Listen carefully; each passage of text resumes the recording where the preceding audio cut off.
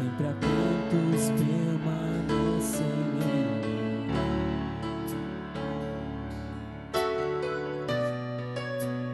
E os teus ouvidos estão sensíveis para ouvir meu clamor. Posso até chorar, mas a alegria vem de manhã. És Deus de perto, também de longe, nunca mudaste, tu és fiel.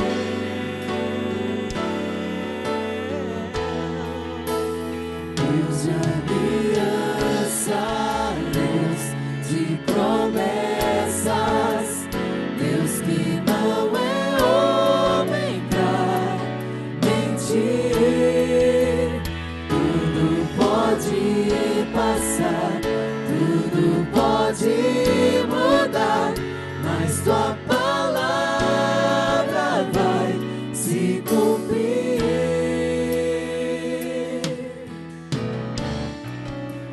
Sei que os teus olhos, sempre atentos, permanecem em mim.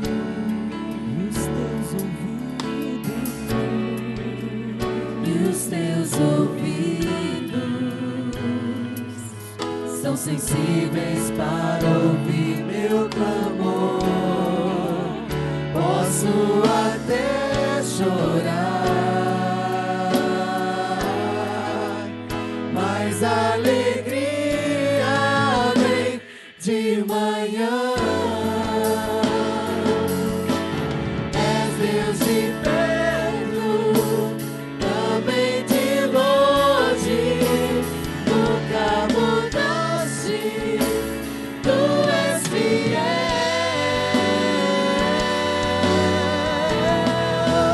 Deus de aliança, Deus de promessas, Deus que não é homem pra mentir.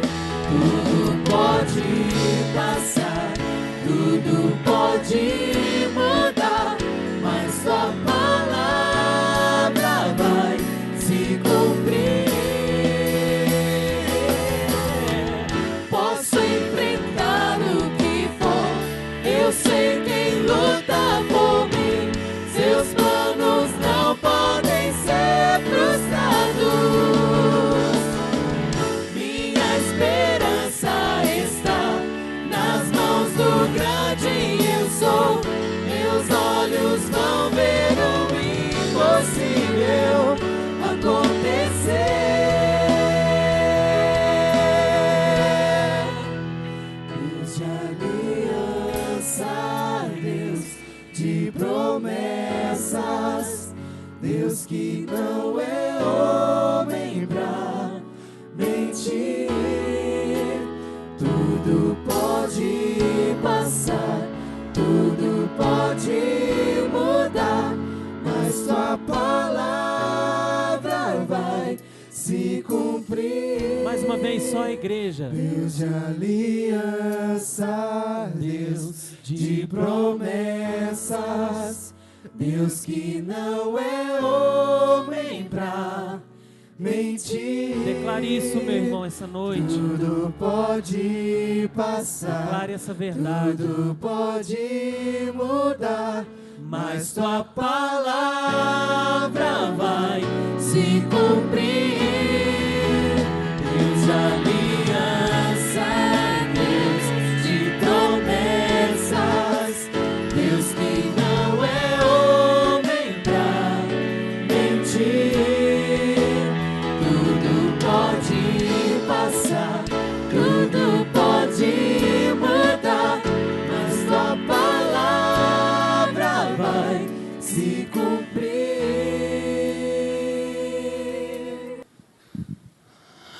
Boa noite a todos, graça e paz. É com grande alegria que estamos aqui mais uma vez. E desta feita, como comissão do presbitério, está dando posse ao pastor Honório Portes Júnior, grande homem de Deus,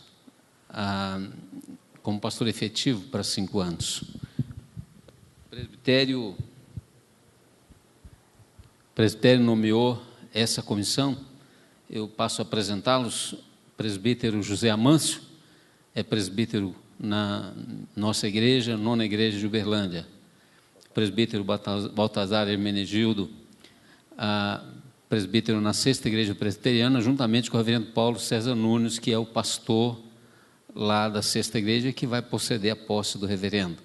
E o pastor Dilson Luiz, querido irmão, pastor na igreja presbiteriana Betel, Filadélfia. E eu, pastor Emerson Miranda, filho dessa igreja, e hoje pastor na 9ª igreja. Há um artigo no nosso manual presbiteriano que diz assim: a designação de pastores obedecerá ao que abaixo se preceitua. Pastor efetivo será eleito por uma ou mais igrejas pelo prazo máximo de 5 anos, podendo ser reeleitos, competindo ao presbitério julgar da eleição e da posse. Nós estamos aqui para isso. O presbitério já recebeu as atas desta igreja, já julgou da legalidade da mesma, e hoje nós estamos aqui para orar com o reverendo Honório. Vem aqui para frente, Honório, por favor. E vice-presidente do conselho, por favor, vem aqui à frente, e nós vamos proceder a essa posse.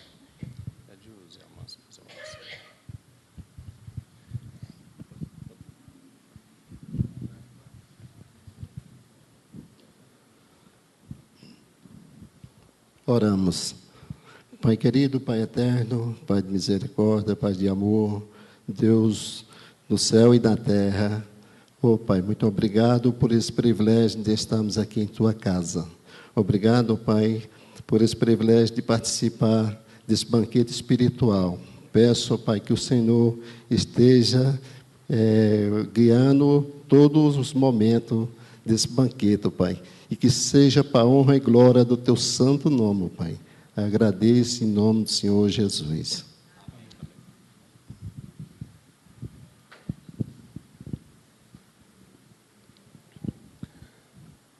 Meus irmãos, que a graça e a paz do Senhor Jesus seja com todos os irmãos. Nós nos sentimos gratos a Deus e também honrados em poder participar dessa posse do nosso irmão aqui na 2ª Igreja Presbiteriana de Uberlândia. Eu quero lembrar um texto, reverendo, do apóstolo Paulo para Timóteo, seu filho na fé. Na primeira carta de Paulo a Timóteo, capítulo 1, versículo 12, o apóstolo Paulo diz assim para Timóteo: sou grato para com aquele que me fortaleceu, Cristo Jesus, nosso Senhor, que me considerou fiel, designando-me para o ministério. A mim, que noutro tempo era blasfemo e perseguidor e insolente, mas obtive misericórdia, pois o fiz na ignorância, na incredulidade. Transbordou, porém, a graça de nosso Senhor com a fé e o amor que há em Cristo Jesus. Sou grato.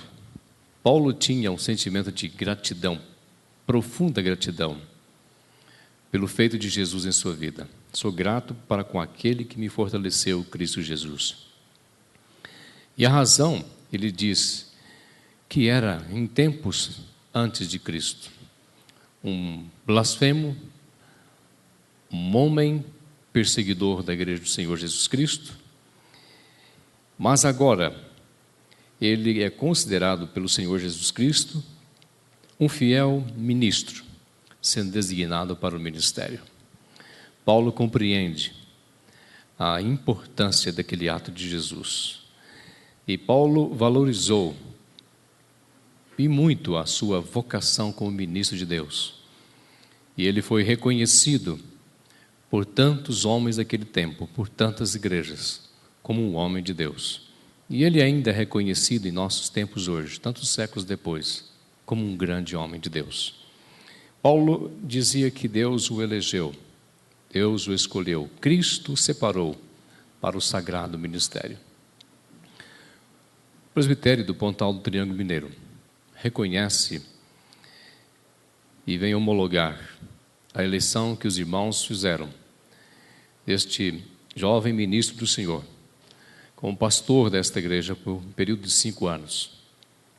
E o presbitério vem, através desta comissão, orar a Deus, para que Deus o possa sustentar, juntamente com o conselho dessa igreja, neste ministério abençoado do Senhor nesta igreja. Que meu irmão seja usado para edificar esta igreja. Que meu irmão seja zeloso de boas obras. Que meu irmão seja zeloso pela vida espiritual e pela vida devocional. E que meu irmão possa ser um bom companheiro do conselho. E os irmãos formem uma equipe, abençoando este lugar, trazendo a palavra do nosso Deus. E que em tudo Deus o sustente. E Deus promova a paz desta igreja, a comunhão desta igreja e o seu crescimento para a honra e glória do nosso Deus. Nós vamos orar com o presbítero Baltazar, com uma oração de posse. E assim como esta oração, o presbitério declara o meu irmão empossado como ministro, pastor eleito efetivo desta igreja.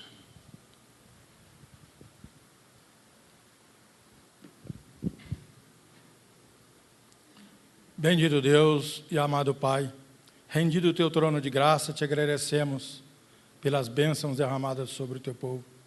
Te agradecemos ao Senhor, porque o Senhor nos dirigiu, nos trouxe até o seu santo templo para juntos louvar e glorificar o teu santo nome. Te agradecemos também, ó Deus, por esses momentos especiais, ó Deus. E te agradecemos, ó Deus, pela vida do teu servo, que o Senhor escolheu, ó Deus, antes de ainda ser formado para servir o Senhor. Que o Senhor, ó Deus, continue abençoando o teu servo, ó Deus, que esta igreja, ó Deus, elegeu por mais 5 anos. Continue abençoando, protegendo, guiando, ó Deus, ele, a sua família, e que esta igreja, ó Deus, eles juntos, de mão dadas, continue, ó Deus, um solo que é de honrar e glorificar o nome do Senhor Jesus. O Senhor sabe, ó Deus, não sabemos expressar a nossa alegria por esses momentos, mas o Senhor conhece o nosso coração. E por isso te agradecemos por tudo, no nome santo de Jesus. Amém. Amém. Atos, capítulo 26. Estão presentes junto com a comissão executiva a irmã Terezinha, que é a esposa do Baltazar, e a minha esposa Elaine. Elas estão por aí.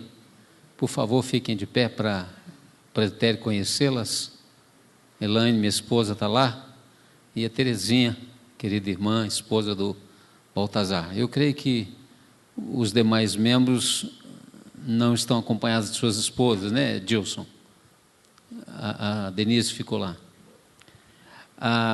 Eu quero também expressar aqui a minha gratidão em retornar a esta igreja.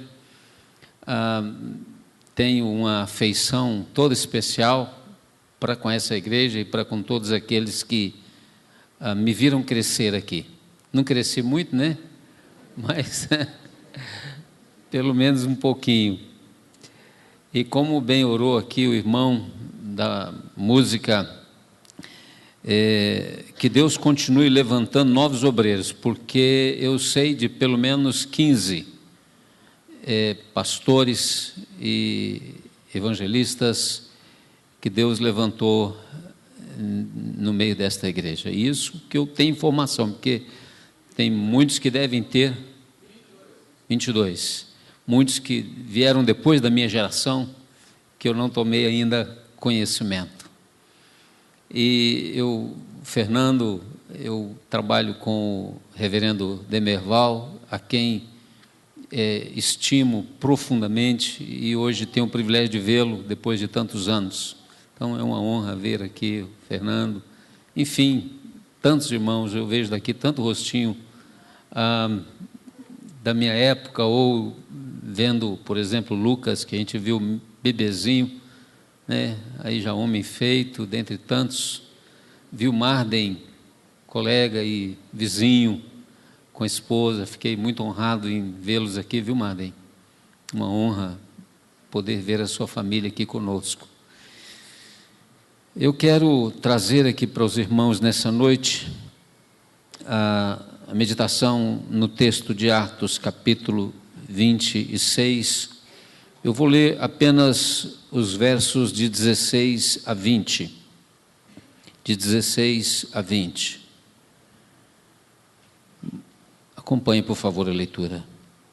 Mas levanta-te e firma-te sobre os teus pés, porque por isso te apareci, para te constituir ministro e testemunha, tanto das coisas em que me viste, como daquelas pelas quais te aparecerei ainda, livrando-te do povo e dos gentios para os quais eu te envio, para lhes abrires os olhos e os converteres das trevas para a luz e da potestade de Satanás para Deus, a fim de que recebam eles a remissão de pecados e a herança entre os que são santificados pela fé em mim.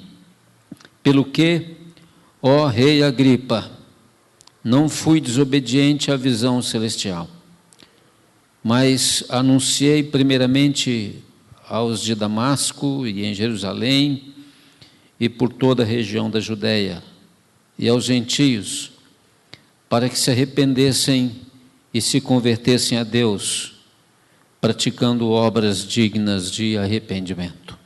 Até esse verso. Este texto é parte de uma das defesas que o apóstolo Paulo faz em determinado momento da sua vida, quando preso, e lhe era dada a oportunidade de tentar se defender das acusações que lhes foram impostas. Aqui Paulo, diante de uma grande autoridade, faz uma exposição da sua fé e justifica o fato de ter se levantado como pregador do Evangelho, de ter falado de Jesus Cristo como aquele único capaz de perdoar pecados, aquele que mudou a vida dele como perseguidor da igreja e agora como apóstolo que era. E eu penso que nesta parte que nós lemos, Paulo está aqui conclamando-nos a que nós estejamos dando sequência ao ministério de Jesus. É isso que Paulo transmite como sendo meta do seu ministério. Se vocês observarem, ele fala da visão que recebeu de Deus, quando então lhe disse: levanta-te, firma os teus pés.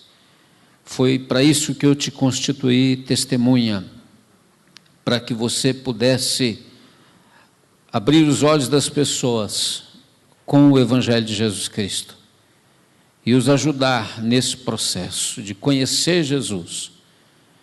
E eu creio que durante muito tempo nossa igreja tem de alguma forma perdido esse foco. A igreja dos nossos dias tem olhado muito para si mesma, tem buscado bênçãos para si mesma e tem, de uma forma ampla, fugido de sua principal missão, que é buscar e salvar o perdido. Nós temos percebido que as igrejas estão muito preocupadas com a sua organização, com a sua institucionalização, o que tem um lado positivo e um negativo. Obviamente que do positivo você pode pensar na melhor organização, na melhor estrutura, mas você perde também porque nós temos perdido o foco de abençoar o nosso próximo. Eu tenho o privilégio de estar como presidente do nosso sínodo, e nosso sínodo é composto de 6 presbitérios. E nos presbitérios onde eu tive a oportunidade de ter acesso aos relatórios, metade deles, durante o biênio ou durante um ano, não abriu um único ponto de pregação. Nós temos percebido em Uberlândia, por exemplo, ou no nosso presbitério, mais precisamente, que já fazem muitos anos, que não, ou pelo menos alguns anos, que não surge uma nova igreja, um novo ponto de pregação. Quase sempre temos trabalhado para a organização da igreja, para melhor estruturação da igreja, para melhor equipamentos da igreja, tanto de pessoas quanto de equipamentos mesmo, e, na verdade, temos deixado de desbravar, de ir para os novos bairros, para abrir novas igrejas e para desenvolver trabalhos de evangelização. Nós podemos perceber que há 30 anos atrás, 40 anos atrás, quando, na verdade, tudo era ainda muito precário, muito incipiente, alguns desbravadores iam a todos os lugares, inclusive lugares onde hoje provavelmente não abriríamos igrejas. Você pega cidades como Prata, que era uma minúscula cidade há 30 anos atrás, você pega Carneirinho, há 40 anos atrás, que devia ter lá umas 1000 pessoas, se tivesse. Dentre tantos lugares como Planura, como a Fronteira, dentre tantas outras cidades pequenas, onde as pessoas estavam preocupadas em ganhar almas. Houve um tempo, aqui em Uberlândia mesmo, que a segunda igreja quase não perdia a oportunidade, e nós íamos para os pequenos bairros novos e sempre abríamos uma congregação. Então, várias igrejas filhas surgiram daqui. Na época, bairro Santa Mônica, bairro Santa Luzia, bairro Roosevelt, bairro Daniel Fonseca, bairro Dona Zulmira, dentre tantos outros. E hoje em dia a gente tem perdido muito esse foco de trabalhar em prol de abençoar as pessoas que ainda não têm Jesus como Senhor e Salvador. E nós estamos vivendo numa época singular, onde tem havido um boom, um nascimento de dezenas, para não dizer centenas, de novas igrejas, onde, na sua grande maioria, elas não nascem através de um princípio de amor a almas, mas muitas vezes de uma incompatibilidade de gênero. Então, as pessoas às vezes não querem concordar sobre o mesmo assunto, então alguém sai e inicia uma nova igreja para si. E com isso nós temos uma gama gigantesca de novas igrejas que a gente não sabe nada sobre a sua história ou sobre a sua liderança. Eu quero olhar para esse texto e entender que nós precisamos de ter amor por almas. Paulo deixa bem claro que ele não desobedeceu à ordem de Deus, e ele registra aqui no verso 19 a seguinte expressão: pelo que, ó rei Agripa, não fui desobediente à visão celestial, mas anunciei a palavra de Deus, primeiramente em Damasco, depois em Jerusalém, por toda a Judéia e aos gentios. Paulo demonstra que ele teve um chamado e uma obediência ao chamado para poder fazer discípulo, para poder alcançar irmãos para a igreja do Senhor Jesus Cristo. Nós temos tido convicção da nossa missão. Você tem tido convicção da missão para a qual Deus te criou? Eu digo, Jesus sempre teve convicção do seu chamado, e Jesus sempre teve convicção da sua missão. Apóstolo Paulo teve essa convicção, apóstolo Pedro teve essa convicção, E nós, muitas vezes, temos perdido essa convicção de que nós também somos chamados para buscar e alcançar o perdido. Nós temos nos acomodado na qualidade de crentes, de vir à igreja e de receber a palavra de Deus, de nos alimentarmos da palavra de Deus sem, contudo, estarmos passando isso para frente. Lá em 1 Coríntios, o apóstolo Paulo diz, no capítulo 9, verso 16, o seguinte: se eu anuncio o evangelho, não tenho de que me gloriar, porque sobre mim pesa esta obrigação, porque ai de mim, se não pregar o evangelho. Havia aquela sede, aquele desejo incontido de poder falar do amor de Jesus a pessoas onde o evangelho ainda não tivera sido anunciado. Jesus Cristo declarou que ele veio para buscar e salvar o perdido. Jesus Cristo disse que os sãos não precisam de médico, e sim os doentes.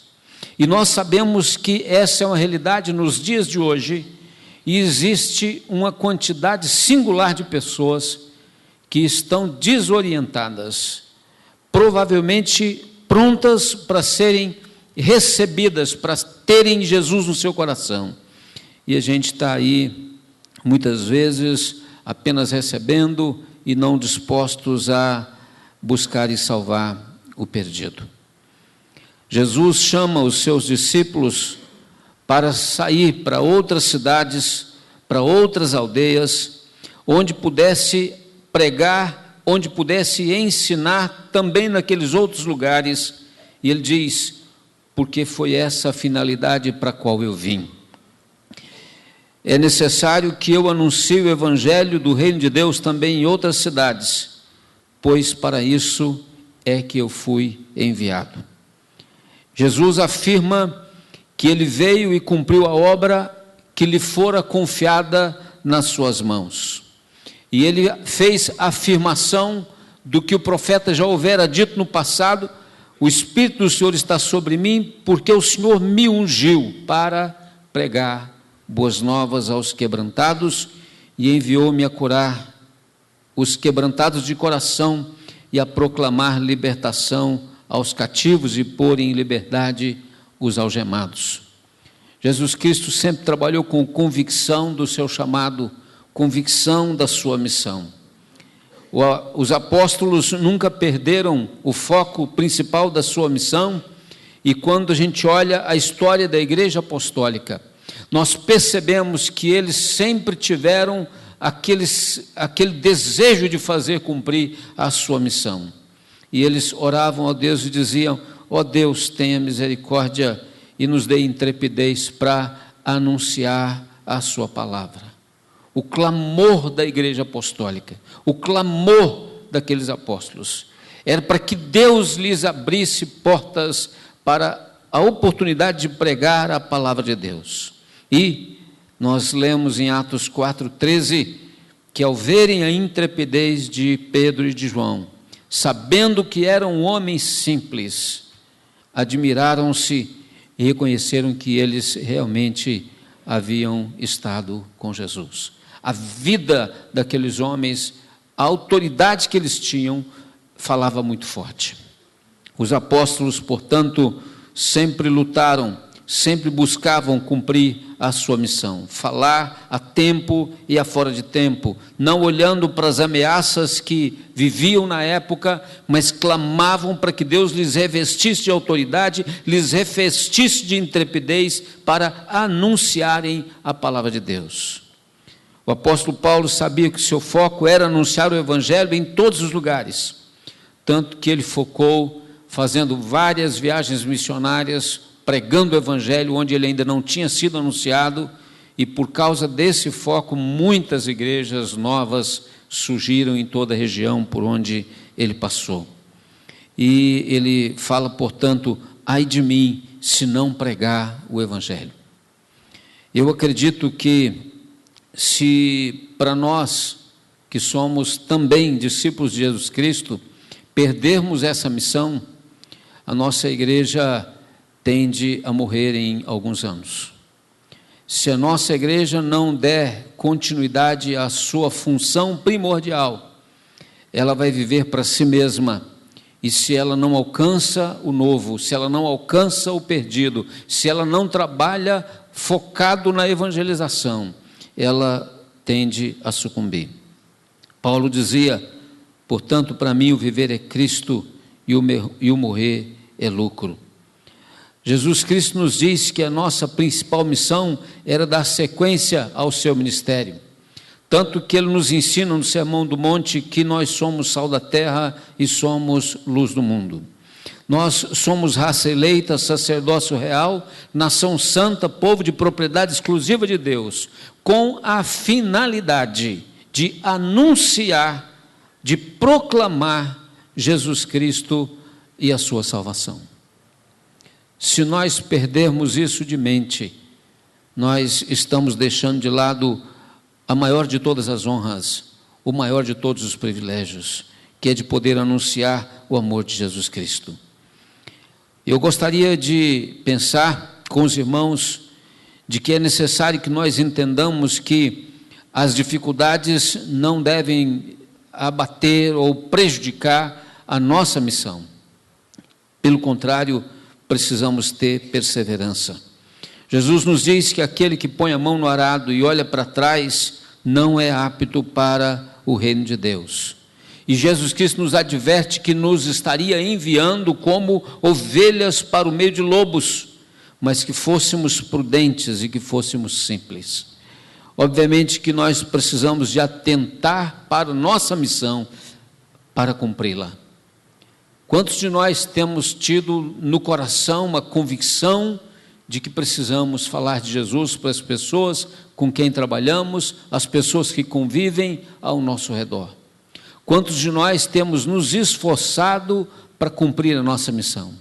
Quantos de nós temos orado e pedido para que Deus nos ajude no exercício do ministério, para que através de nós pessoas conheçam Jesus como Senhor e Salvador? A disposição de Isaías só veio depois de ele ter os seus pecados lavados. E obviamente que ele fala: ai de mim que sou perdido, que sou um homem de lábios impuros e habito no meio de um povo de impuros lábios. Mas tão logo ele confessa a sua falta, a sua limitação, ele obviamente também é usado como pregador, como anunciador da palavra de Deus. O verdadeiro amor por almas vem quando de fato temos consciência da nossa miséria e do privilégio que é ter Jesus como nosso Salvador pessoal. Logo, ao vermos tantos perdidos, sem esperança, sem perspectiva, sem Jesus, sabendo que a graça de Deus pode alcançá-los e transformá-los, precisamos então nos levantar em obediência a esse chamado de Deus. Ao longo da história, vários homens foram chamados e sentiram no coração um desejo enorme de obediência a Deus. Eu gostaria de citar os mais conhecidos, como John Knox, que prostrado diante do Senhor, ele orava a Deus dizendo: Deus, dá-me a Escócia, senão eu morro. Desejo de ganhar almas para Jesus Cristo. Podemos falar de Whitefield, um dos grandes pregadores que a história já conheceu. Ele também, prostrado diante de Deus, clamava: Deus, se não queres dar-me alma, retire a minha. Nós podemos falar de Lloyd Jones, que nas suas orações ele dizia: usa-me então, meu Salvador, para que em qualquer alvo que queira, de maneira que queira me usar, aqui está o teu pobre coração, uma vasilha vazia, encha com a tua graça. E nós podemos falar de vários homens de Deus que puderam oferecer-se a Deus como obreiros, como servos prontos a serem usados por Deus onde estavam. Nós temos ensinado que nós precisamos evangelizar através de relacionamento. Nós não evangelizamos apenas numa campanha evangelística, mas através do nosso estilo de vida, onde quer que a gente trabalhe, onde quer que a gente estude, no meio das pessoas que convivem ao nosso redor. É necessário que nós possamos testemunhar de Cristo em todos os lugares, em qualquer circunstância onde Deus nos der oportunidades. Nós precisamos de prostrarmos-nos diante de Deus e clamar para que Deus tenha misericórdia e nos reavive esse chamado maravilhoso que é poder ter amor por almas. Que nós não fiquemos apenas olhando para nós ou para as bênçãos que gostaríamos de receber, mas possamos olhar para pessoas que ainda não alcançaram Jesus como Salvador e possamos ser instrumento de Deus neste sentido, para que Deus nos use e possamos estar sendo bênção. Qual será a sua atitude? Deus tem promessa para nós, Deus tem uma missão para nós e é nossa responsabilidade obedecê-lo. Que através do ministério do pastor Honório, essa igreja continue focada em ganhar almas para Cristo Jesus. Que a segunda igreja continue sendo um celeiro de novos obreiros, mas sobretudo um celeiro de servos que estejam prontos a ganhar almas para Cristo Jesus. Deus abençoe a esta igreja.